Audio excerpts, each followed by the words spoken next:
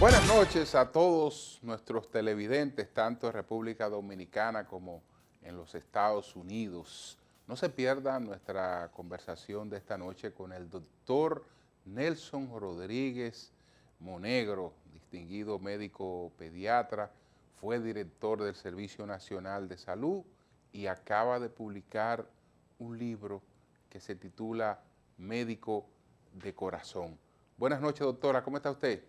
Feliz noche, Julio. La verdad que es una conversación interesante, cargada de historias, anécdotas, recuerdos y sobre todo de manera muy particular conoceremos qué lo lleva de médico a ser político. Así es, pero ahora vamos a presentar inmediatamente a Olga Fernández. Usted sabe que Olga vino al encuentro, vamos a verla. Salud.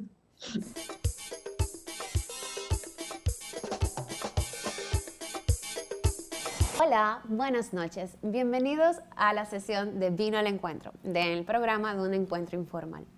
En el día de hoy estaremos conversando sobre uno de los pasos que continúa de los que ya hemos conversado anteriormente sobre el proceso de elaboración del vino. Estaremos conversando justamente la segunda etapa en el momento de que ya el vino está dentro de la bodega, las uvas ya llegaron a la bodega. Retomando un poquito los pasos anteriores, vimos que hay un momento en específico, dependiendo de la locación, pues en la que estas uvas se recolectan. Luego de que estas se recolectan, el primer paso en la bodega era el del despalillado. No sé si recuerdan, pero se los refresco. Es separar las uvas de los racimos, o sea, el racimo de uva de los tallos.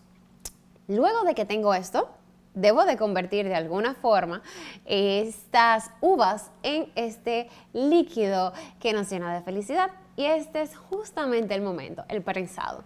El prensado es un ligero, también llamado estrujado, aunque son totalmente diferentes, y los vamos a ver en el día de hoy. En el caso de los tintos y de los blancos, se realizan de forma muy diferentes. El estrujado, que puede ir muy bien acompañado del despalillado, se trata de una presión que se ejerce en las uvas para tratar de obtener el líquido. En el caso de los blancos, esto se hace inmediatamente, se recolecta la uva. Dígase, no tenemos el proceso anterior, que es el del despalillado, porque en el caso de las uvas blancas, sí quizás podemos necesitar, o si nos puede resultar interesante, estos aromas herbáceos y esta sensación astringente que naturalmente no contienen las uvas blancas y sí en gran mayoría las uvas tintas. Entonces, este estrujado, este prensado, sí se realiza en el caso de los tintos a continuación del despalillado. El despalillado, como bien mencionamos la vez anterior, lo que quiere producir es vinos más suaves. Entonces, esto es lo que queremos lograr un poquito con los blancos para suavizar un poquito la acidez que de por sí y naturalmente pueden tener. Lo que busca el proceso de estrujado es que empiecen a nacer las levaduras, que las levaduras empiecen a tener el contacto con el azúcar que ya está dentro de la uva y aquí pues luego producir una fermentación alcohólica que sería el paso a continuar. Espero que me hayan acompañado en esta sesión con una copita de vino en mano porque como bien les digo, mientras tengamos la copita en mano pues aprendemos mucho mejor. Espero hayan disfrutado de esta sesión. Nos vemos la próxima semana y feliz noche. Salud.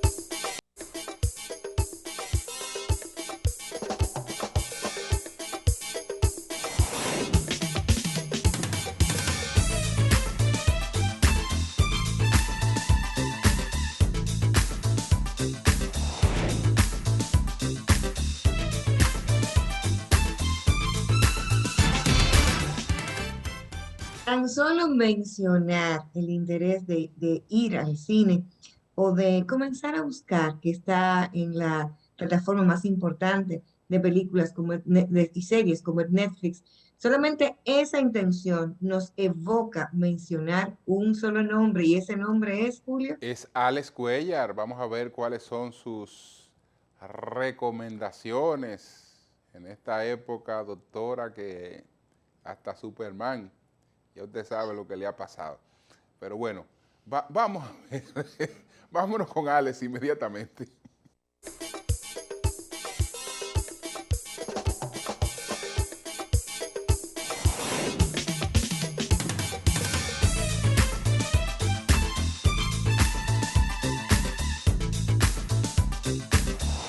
Es una locura total lo que está sucediendo con el séptimo arte. Están lanzando un montón de películas juntas, casi todas las que no pudieron lanzar durante año y medio de pandemia o un poco más. De eso y demás vamos a hablar aquí en Hollywood Detrás de Cámaras. Bienvenido y prepárate porque voy con la primera recomendación muy buena. Una película que se estrenó el fin de semana pasado y le fue estupendo en taquilla. Tom Hardy protagoniza Venom 2. Eddie. Deberíamos estar ahí fuera zampándonos a los malos. Soy un depredador. Necesito libertad. El periodista Eddie Brock debe adaptarse a su nueva vida como huésped del simbionte alienígena Venom, quien ahora le está ofreciendo las habilidades necesarias para actuar como un justiciero leal. Con intención de revivir su carrera, Brock acepta entrevistar al asesino en serie, Cletus Cassidy, quien está condenado a muerte. Sin embargo, en un descuido durante su ejecución, el hombre termina convirtiéndose en el anfitrión del simbionte, Carnage, y escapa de la prisión, desatando una nueva amenaza en la ciudad de Nueva York. Dirigida por Andy Serkis, Venom 2, Carnage liberado en los cines del país. Lo único que he querido en este mundo es una matanza.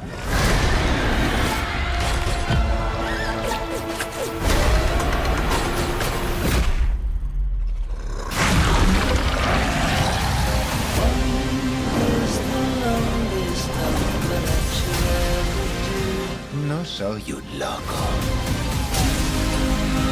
Soy vengativo.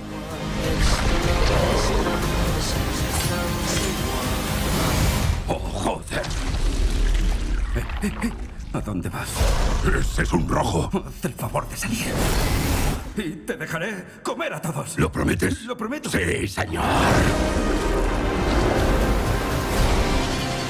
Eddie, contigo me siento como en casa. En familia. Buenos actores, buenas películas, eso tenemos hoy. Especial de El Cine, 3 recomendaciones. La primera ya estuvo ahí, la segunda viene enseguida con otro grande. Matt Damon está aquí en El Último Duelo. Solo hay una pregunta que importa. ¿Jura por su vida que lo que dice es cierto?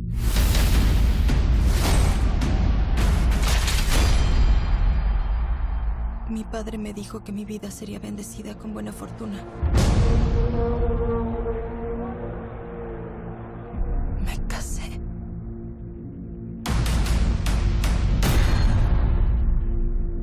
Fui una buena esposa.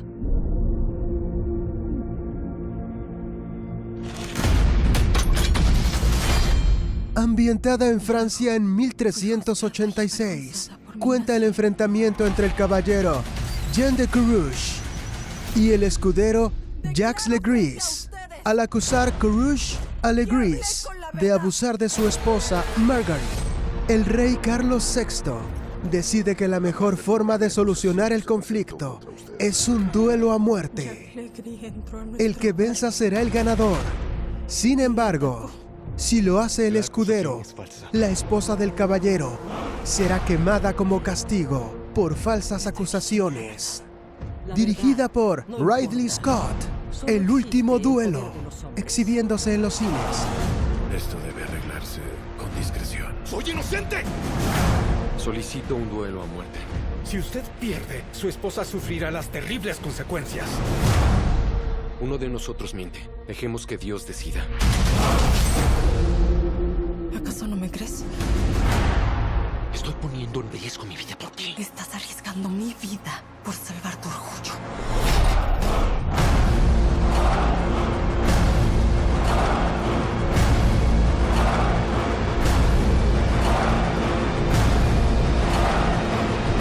El castigo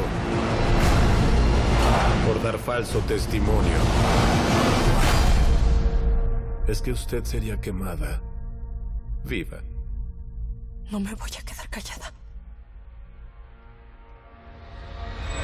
¿Qué tal esa recomendación? Como todo un caballero vemos ahí a Matt Damon en un papel bastante interesante y una película también un tanto diferente. Seguimos en el cine, no nos vamos a ir hasta ver esta tercera que también es estupenda. Aquí está Daniel Craig. Se decía que ya no iba a regresar como el agente 007, sin embargo, aquí está. Tal vez en su última aparición en esta saga. Nos vamos al cine para ver James Bond. James, el destino vuelve a unirnos. Ahora tu enemigo es mi enemigo. ¿Cómo es posible? Si vives lo suficiente. Hoy es difícil distinguir al bueno del malo, al villano del héroe. Antes podíamos estar en una habitación con el enemigo. Ahora está flotando en el aire.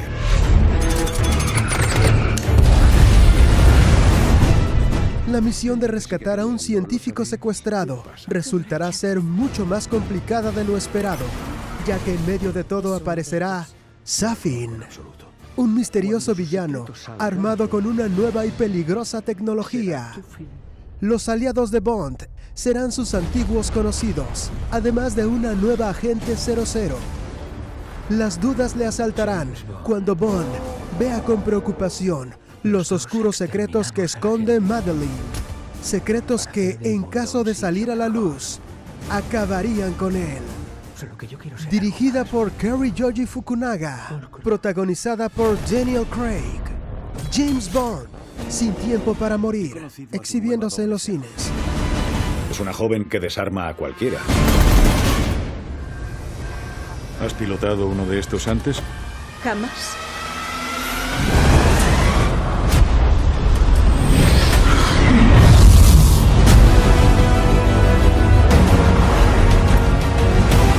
Vamos, Bond, ¿dónde estás? Si no lo hacemos, no habrá nada que salvar. ¿Estás lista? Llegas tarde.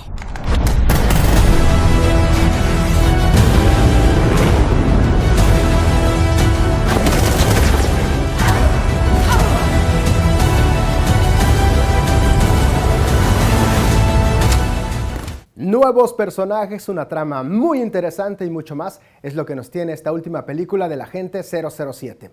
Fue la última recomendación. Gracias por estar conmigo aquí en Hollywood Detrás de Cámaras. Hay otra más, sí, otra recomendación extra, y es que te quedes con nosotros aquí en Encuentro Informal porque siempre tenemos mucho más entretenimiento. Yo sí me voy a ir, ya sabes para qué, para prepararme, veo lo mejor, reviso qué es lo que hay y vengo a entregarte lo mejor de lo mejor. Será hasta la próxima.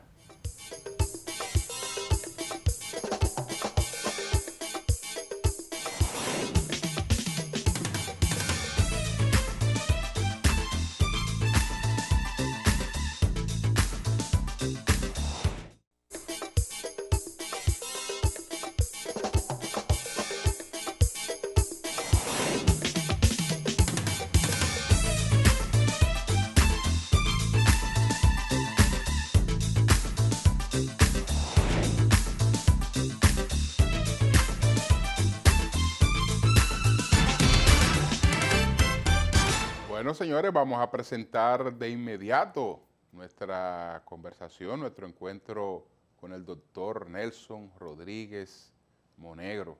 Así es que salud, doctora. Salud.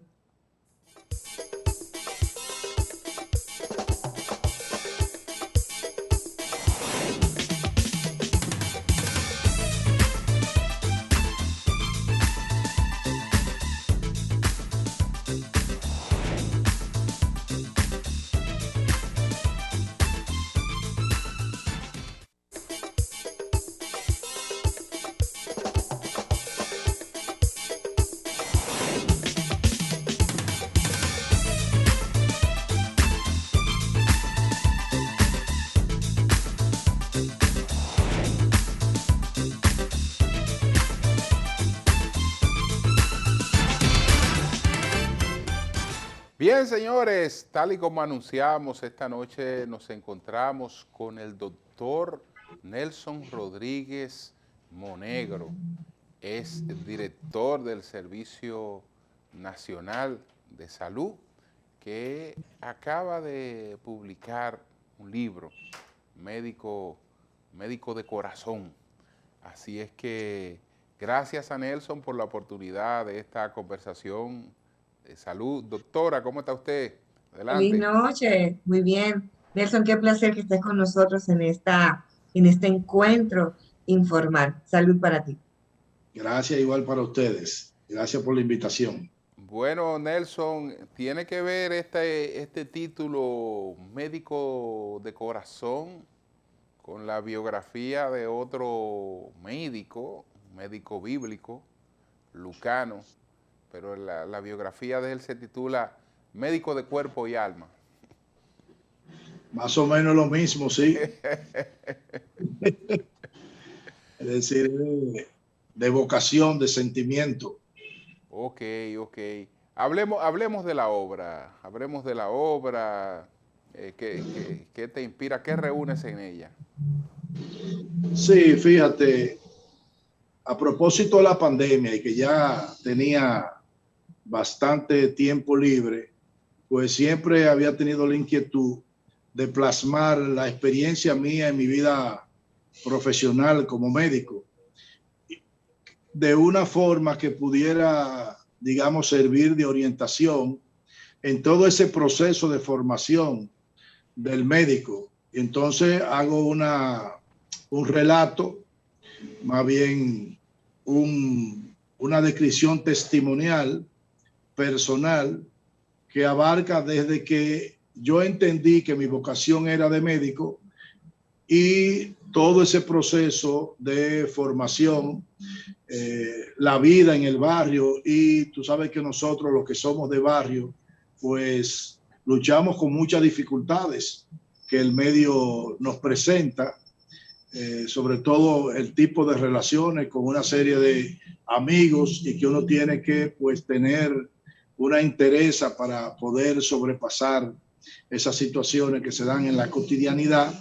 Y entonces pues la vida universitaria, las cosas que nosotros pasamos, que yo creo que puede ser que todavía se mantengan algunas, esas vivencias, y luego entonces en las diferentes etapas que nosotros vivimos, el tema del internado, el tema de la pasantía médica, la vida como médico general en el tránsito hacia hacer una especialidad, en fin, y luego de hacer un especialista, pues las cosas que confrontamos en el ejercicio tanto público como privado. Es decir, que cada una de esas etapas tiene sus particularidades, y yo trato de dar algunas explicaciones salpicadas de anécdotas jocosas, de situaciones que se le presentan a uno, que tienen que ver con valores éticos, con el tema de la práctica, con el tema de negligencia, incluso situaciones que en un momento determinado pueden costar vida, de modo que lo hago con una intención de dejar una enseñanza y que pudiera de una u otra manera ayudar a los médicos en ese proceso, o futuros médicos en ese proceso de formación. Y también hago una descripción de mi primera etapa como gerente ya. Es decir, el cambio de chip del médico clínico al médico que está gerenciando y que tiene una visión diferente de la salud desde el punto de vista de lo que es la salud pública, la salud colectiva, los enfrentamientos que tiene uno cuando trata de hacer las cosas bien, ya como director de un hospital o como director provincial de salud. En fin, yo creo que es un amplio recuento narrado de una manera alegre. Pienso que es muy entretenido el libro. Todos los que lo han leído pues me dan la misma nota de que una vez se comienza pues es difícil de dejar. Debo confesar que a medida que ibas relatando y que recordaba el título del libro, Médico de Corazón, me fui emocionando porque conozco justamente el valor, ¿no? Todo el esfuerzo, y por qué no decirlo, hasta el sacrificio de estudiar medicina. Nelson, ¿cómo mantener esa capacidad de empatía hacia el paciente? Porque si bien es cierto, como facultativo conoces que es un dolor y puedes describirlo, no menos cierto es que quien lo siente es que está justo frente a ti. ¿Cómo no perder en el ejercicio esa capacidad de poder escuchar el dolor de la otra persona y siempre dar y brindar un servicio desde el humano para el otro humano?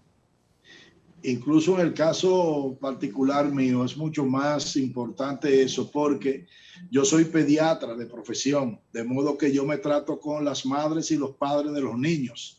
Entonces es necesario. Fíjate que hoy en día se ha perdido un poco esa parte fundamental de lo que es relación médico-paciente. El médico, en ánimo de andar corriendo, producto del tiempo y la cantidad de pacientes, pues no logra desarrollar en términos generales esa empatía de poder escuchar. Porque ¿qué es lo que es un médico? Un médico es una especie de detective que anda buscando una serie de indicios que le den con ese delincuente que es la enfermedad. De modo que si no tiene el arte de escuchar y también poder conducir la entrevista haciendo una serie de preguntas que son cardinales para llegar a un buen diagnóstico, pues difícilmente pueda ser asertivo en tu diagnóstico y como consecuencia de la prescripción. Es decir, que hay algo fundamental en esa relación médico-paciente, que es lo que se llama la historia clínica. Mientras las máquinas no tengan la capacidad de ver, de palpar, de sentir, de escuchar, pues no creo que las máquinas puedan sustituir a un buen médico. Nelson, hablemos, bueno, justamente uno de los desafíos que tenemos por delante es esta, ¿no? La posibilidad de que la inteligencia artificial, que la inteligencia remota desplacen muchas ocupaciones. No, hasta ahora en la medicina, si bien es cierto que no sustituye al humano, ¿cómo ha variado eso el ejercicio de la medicina? Yo creo que eso ha variado desde el punto de vista que tú tienes muchas ayudas por avances tecnológicos, desde el punto de vista, digamos, de lo que se llama, fíjate, el médico debe ser capaz de simple y llanamente conversando con la persona sin ver el paciente, de hacer el diagnóstico, si hace una buena historia clínica y conduce esa entrevista bien, en un 70% de los casos. Si sabe conducir, hacer la pregunta clave de por qué viene, cuáles son los síntomas, qué tiempo tienen, cómo varían, en fin, una serie de cosas. Luego, existen lo que se llama los medios auxiliares diagnósticos. Entonces, cuando un médico ya tiene una impresión diagnóstica complementada la entrevista con el examen físico, entonces debe saber qué tipo de pruebas, qué tipo de imágenes necesita para confirmar el diagnóstico. ¿Qué sucede? Que hoy en día el médico acorta el tema de la entrevista y hace un examen físico muy superficial porque el tema de la especialización y subespecialización ha hecho que se pierda la visión integral del cuerpo y cómo hay una interrelación entre las funciones de los diferentes órganos de acuerdo al tipo de enfermedad que tenga el paciente. Entonces recurre más al tema de los medios auxiliares diagnósticos que a poder desarrollar esa intuición diagnóstica producto de los estudios, la experiencia, de modo que hoy en día muchos fallos desde el punto de vista diagnóstico están en que el médico está esperando que sean las pruebas auxiliares que le den el diagnóstico. Y eso no puede ser porque también la tecnología se equivoca. Incluso el médico que interpreta esas imágenes necesitan tener un historial clínico y cuál es la impresión diagnóstica de ese clínico para él poder interpretar adecuadamente lo que está viendo. De lo contrario puede fallar muchas veces. Nelson, yo creo que no existe una profesión médica, una profesión más cercana a la vida y la muerte que el doctor, que el facultativo. Pero, ¿qué siente? Y me voy más que al hombre que estudió en la universidad, al ser humano, cuando ve vidas de niños se pierden, tal vez por no tener acceso a una vacuna, o no tener acceso a un tema de agua potable, o tal vez, como muchas veces la prensa señala, de una alimentación balanceada, pues pudiera significar un suero la diferencia en que entre un niño viva o no. Mildred, qué buena pregunta me has hecho, porque el motivo de una vez en mi vida yo participar en la política fue precisamente por ese análisis que acaba de hacer. Yo atendía a niños, por ejemplo, que tenían desnutrición y esos niños, pues un buen diagnóstico, un buen manejo, e incluso lo ayudaba mucho con una serie de proteínas, curarle los procesos mórbidos que se adicionaban a un organismo desnutrido, es decir, mucho más susceptible. Ese niño mejoraba por un mes, por 2 meses. Pero ¿qué resulta? Que al cabo de 2 o 3 meses yo tenía al niño de nuevo en la consulta en igual situación.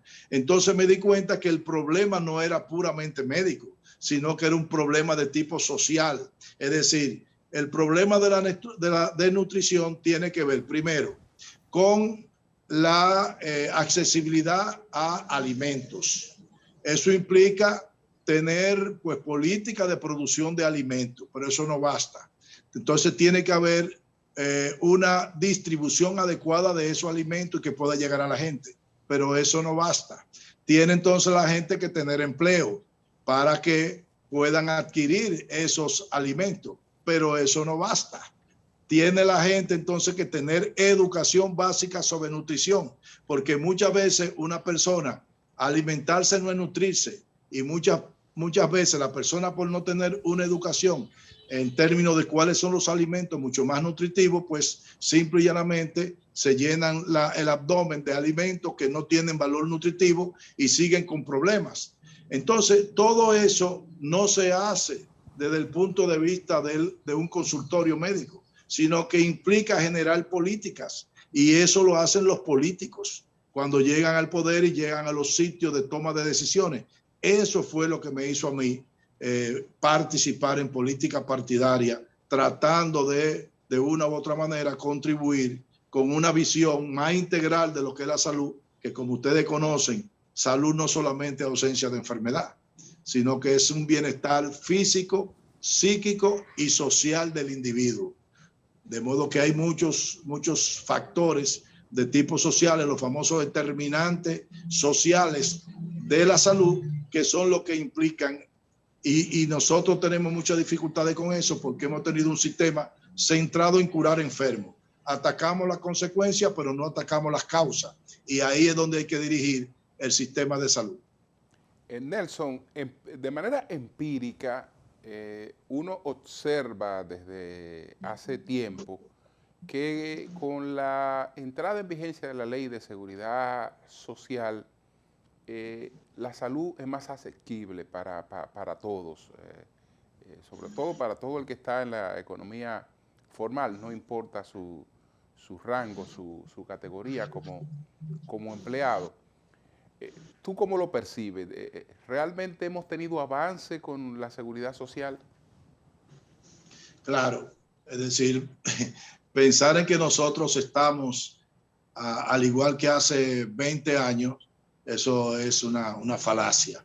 Recuerden que nosotros apenas teníamos un seguro, el famoso Instituto Dominicano de Seguro Social, que cubría en esos tiempos, al inicio del siglo, de la primera década de este siglo, cubría alrededor del 9 a 10% de la población empleada y solamente cubría a la mujer durante el embarazo y al niño en el primer mes de vida. Después no tenía ningún tipo de cobertura. Y entonces existían también los famosos seguros médicos privados, donde la gente que podía pagar esos seguros pues tenía algún tipo de cobertura. De modo que cuando hablamos de cobertura y accesibilidad a la atención médica, eso dista mucho de lo que teníamos hace 20 años. Fíjate que aquí ha habido un boom respecto al tema de sobre todo la medicina privada, cómo las clínicas se han incrementado, se han expandido. Yo no creo que en ninguna época anterior las clínicas, a pesar de todas las cosas que puedan decir, hayan tenido mayores ganancias que en esta etapa, ni tampoco médico alguno haya ganado más dinero que después de la implementación de la seguridad social, a pesar de todas las cosas que se dicen. Ahora bien, ha aumentado la cobertura, pero eso no ha ido a la par con el acceso a atención de calidad. El problema de nosotros hoy en día tiene que ver con la calidad de la atención. Y desde luego que el sistema, a pesar de esas bondades que he dicho, ha sido dirigido en el ámbito de la seguridad social, el seguro familiar de salud, a un sistema puramente mercantil. Y hoy en día todo el mundo persigue grandes rentabilidad, no solamente las ARS, también los médicos. Es decir, que nosotros tenemos que tener una visión más integral de lo que está ocurriendo hoy en día. Es decir, no es solamente un problema de que las ARS tienen alta rentabilidad y que tienen de una u otra manera mecanismos para disminuir la accesibilidad a medicamentos, a tratamiento, a medios diagnósticos para ganar más, sino que también, y eso hay que decirlo con toda responsabilidad, existen muchos médicos que introducen procedimientos que no hay que introducirlo, que adicionan dentro del catálogo de prestaciones que están permitidas una serie de procedimientos que no hacen para tratar de buscar mayor rentabilidad y mayores ingresos. Es decir, que hay que mirar bien y pensar que tiene que haber penalización, tal y como ocurre en Estados Unidos, cuando un médico defrauda el sistema de seguridad social que existe allá, el Medicare, y lo descubren, pues tiene una penalización que puede llegar hasta la cárcel. Entonces aquí hay que implementar esas cosas también. Bueno, vamos a hacer una pausa, doctora. Retornamos en breve en esta conversación, en encuentro informal, con el doctor Nelson Rodríguez Monegro. Salud.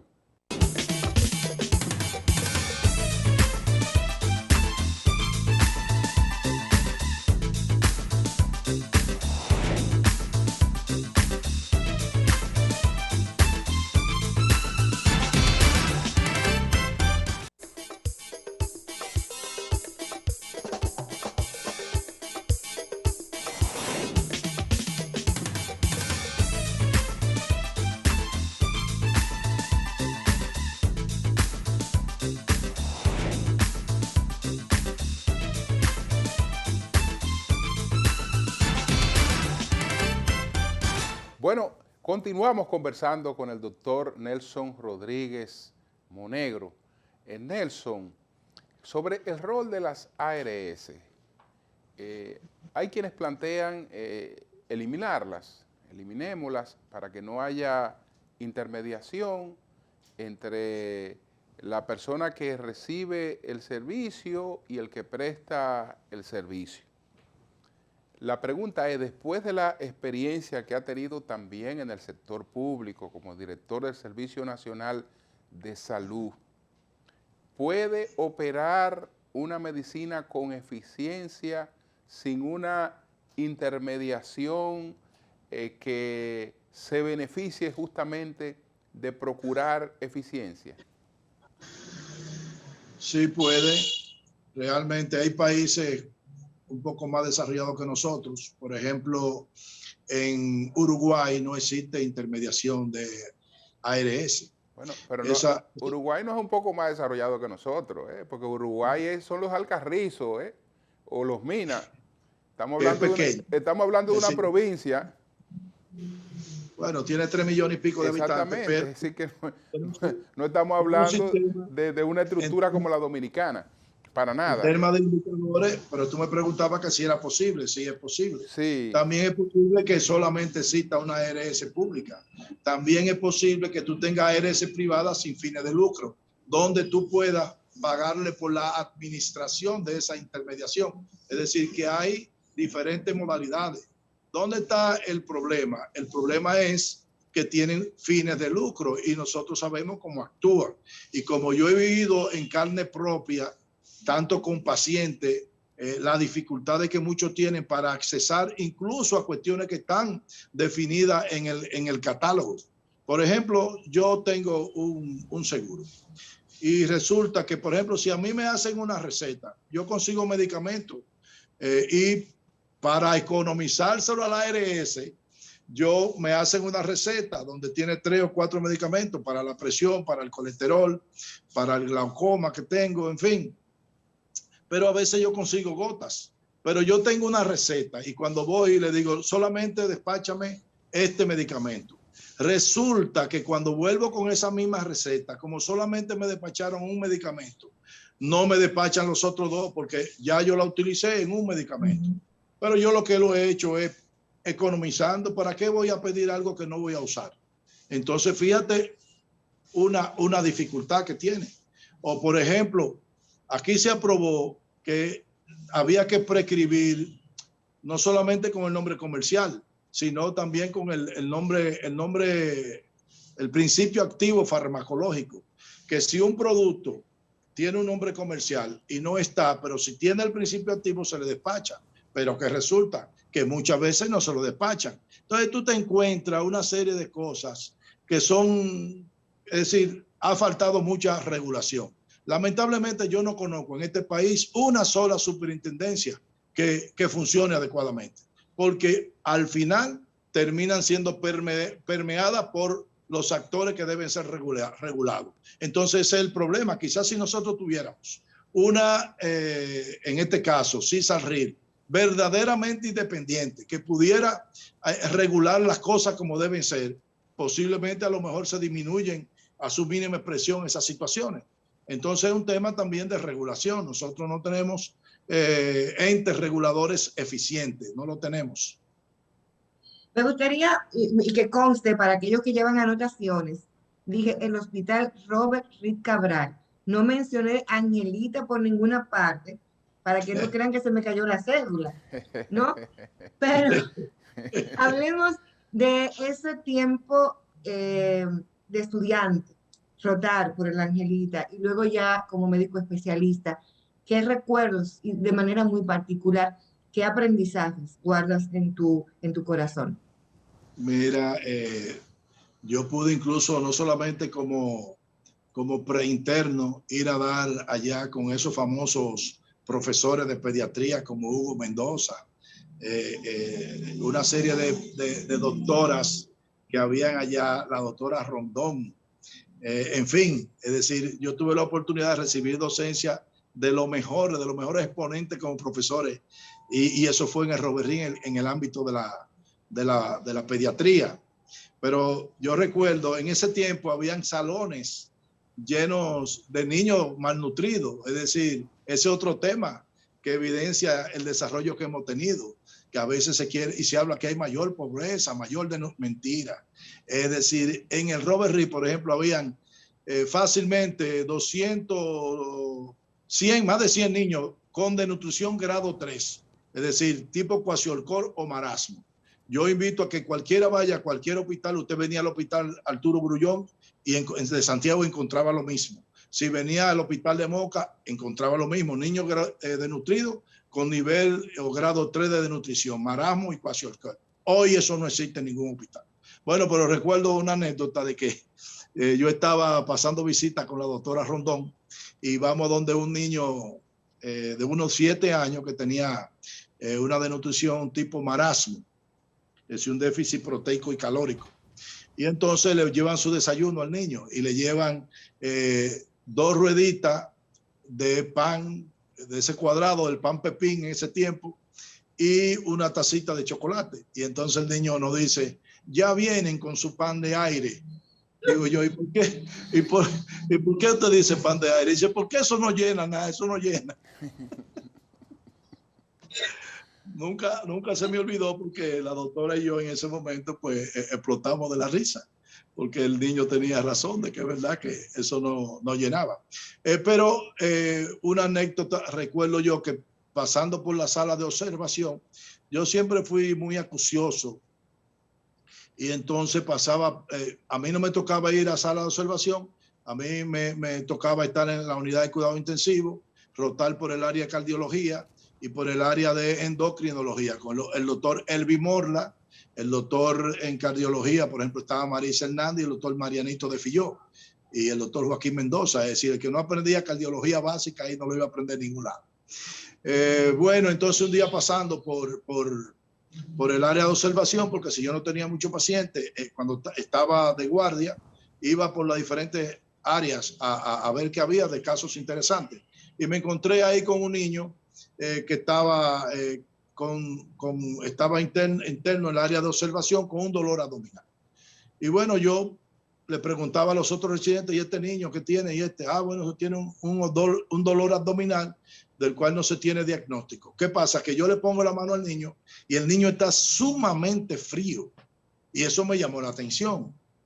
Y comienzo a hablar con el niño. De todas maneras, hablo con él y me doy cuenta, entrevistando con él, que anteriormente al presentar dolor abdominal, hacía una semana que el niño había tenido un accidente en una bicicleta y había sufrido un golpe. Una de las principales causas de pancreatitis en niños precisamente es el trauma abdominal. Y entonces, como lo sentí tan frío, fui y busqué un aparato de presión que le correspondía a él de acuerdo a la edad, y entonces noté que el niño, su presión era imperceptible. Pues ese niño estaba en shock y entonces lo conversé con ellos, le demostré que el niño estaba en shock, aunque estuviera hablando todavía. Se trasladó a la unidad de cuidado intensivo y efectivamente ya estaba en una situación de shock irreversible y el niño lamentablemente falleció.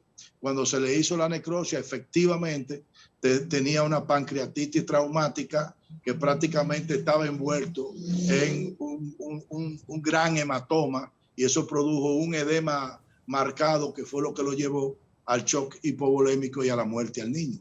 Es decir, que fíjate, un solo dato puso en pista de qué podía tener el paciente, que fue con el tacto.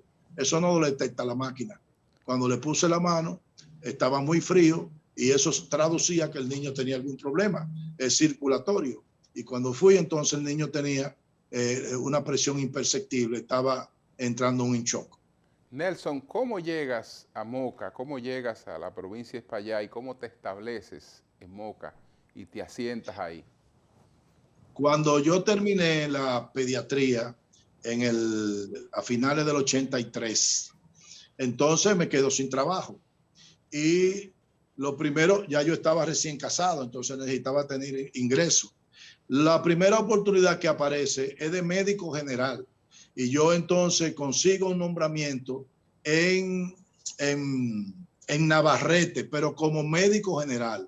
Eso hacía que yo trabajaba, a pesar de ser pediatra, pues trabajaba haciendo guardia, atendiendo una consulta general y haciendo medicina general, aunque fuera pediatra. Entonces, cuando fui a buscar sobre todo la posibilidad de entrar en un centro privado, en ese momento me pedían 20,000 pesos por el derecho a entrar a esa clínica en Santiago. Yo no lo tenía. Luego apareció un un concurso para médico general también en el hospital de Moca, y entonces eso me iba a permitir, aunque fuera como médico general, por lo menos estar en el área de pediatría, aunque hacía guardia y ahí veía todo tipo de pacientes en la guardia. Entonces así yo llego a Moca, que resulta que mi esposa entonces, yo viajaba todos los días de Santiago a Moca. En ese momento la esposa mía entra a hacer la residencia de dermatología allá en el dermatológico en la capital, se va a vivir donde mis padres, y entonces yo comienzo ya a ver en la tarde algunos pacientes privados que me recomendaban ginecobstetras que yo conocía, y entonces como ella iba a durar 3 años en la capital, yo decidí, en vez de estar viajando, venir a Moca, hacer medicina pública por la mañana y comenzar una consulta privada hasta que ella terminara, porque la visión que teníamos era de irnos para Estados Unidos. Incluso yo tenía el hospital a donde iba a entrar en Estados Unidos. Pero cuando ella llega entonces, a los 3 años de eso, ya yo había ganado un concurso como pediatra, estaba en una consulta establecida a nivel pediatra, porque fui el segundo pediatra que llegó a la provincia, y entonces teníamos compromiso económico, compromiso moral, porque habíamos comenzado la construcción de una clínica de especialidades que no existía en Moca, de modo que cuando vino a ver se fue el tiempo y...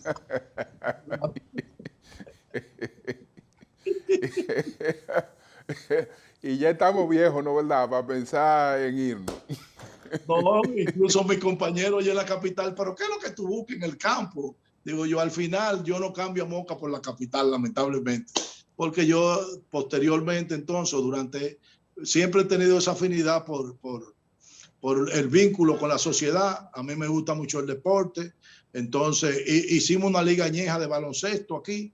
En ese momento no había baloncesto organizado en la provincia. De ese baloncesto añejo, entonces salieron los que organizaron de nuevo la Asociación de Baloncesto de la provincia Espaillá, y ahí nos fuimos algunos clubes a organizarlo, y yo me quedé en el famoso Club San Sebastián de aquí, fui presidente por 13 años de ese club. Qué bueno, qué bueno. Nelson, muchas gracias por esta oportunidad. Salud. Gracias a ustedes y salud.